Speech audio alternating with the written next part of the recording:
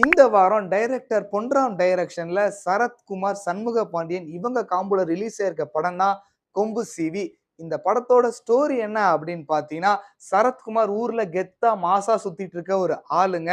சின்ன வயசுலயே சண்முக பாண்டியனோட அப்பா, அம்மா இறந்துடுறாங்க. சரத்குமார் அவர வளர்க்கறாரு. அது மட்டும் இல்லாம சரத்குமார் கஞ்சா கடத்தல் பிசினஸ பண்ணிட்டு இருக்காரு. ஒரு வயசுக்கு அப்புறம் சண்முக பாண்டியன் நான் உங்களுக்கு ஹெல்ப் பண்றேன் அப்படின்னு அவர் கூட ஜாயின் பண்ணிக்கிறாருங்க. இத தட்டி கேட்கறதுக்கு ஒரு போலீஸ் ஆபீசர் வராரு. அதுக்கப்புறம் என்ன நடந்துச்சு அப்படின்றது தான் இந்த படத்தோட கதை. ஃபர்ஸ்ட் ஹாஃப் பொறுத்த வரைக்குமே சின்ன சின்னதா யூடியூப் வீடியோஸ் வரும் பார்த்தீங்களா? அந்த மாரி எடுத்து சேர்த்து வச்ச மாரி தான் ஃபர்ஸ்ட் ஹாஃப் இருக்கு.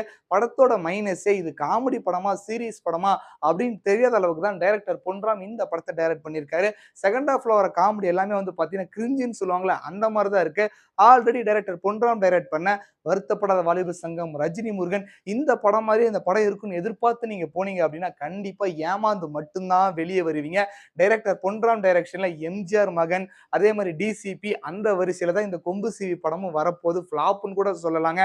இது மட்டும் இல்லாம இந்த படத்துக்கு யுவன் சங்கர் ராஜா மியூசிக் பண்ணியிருக்காரு. யுவன் சங்கர் ராஜா மியூசிக்னா எப்படி இருக்கும் அப்படின்றது எல்லாருக்குமே தெரியும். ஆனா இந்த படத்துக்கு இவனா மியூசிக் பண்ணியிருக்காரு அப்படின்ற அளவுக்கு தான் அவருமே இந்த படத்துக்கு மியூசிக் கம்போஸ் பண்ணியிருக்காரு.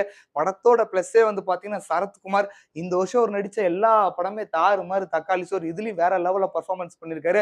சண்முக பாண்டியன் வேற லெவல்ல நடிச்சிருக்காரு. இவருக்கு பேரா நடிச்சிருக்க போலீஸா வேற தார்னிகா அவங்களுக்கு குடுக்கப்பட்ட ஒர்க்க சூப்பரா பண்ணி முடிச்சுட்டாங்க. இது மட்டும் இல்லாம இன்னும் சில கேரக்டர்ஸ்லாம் நடிச்சிருக்காங்க. அவங்கலாம் படத்துக்கு எதுக்குன்னே தேவை அப்படின்ற மாரி தான் இருக்கு. இந்த படத்தோட மெயின் ஸ்டோரி என்ன அப்படின்னு பார்த்தீங்கன்னா, வைகை டேம் கட்டுறப்ப அத சுத்தி இருந்த 12 ஊர் மக்கள வந்து அங்கிருந்து அனுப்பிருவாய்ங்க.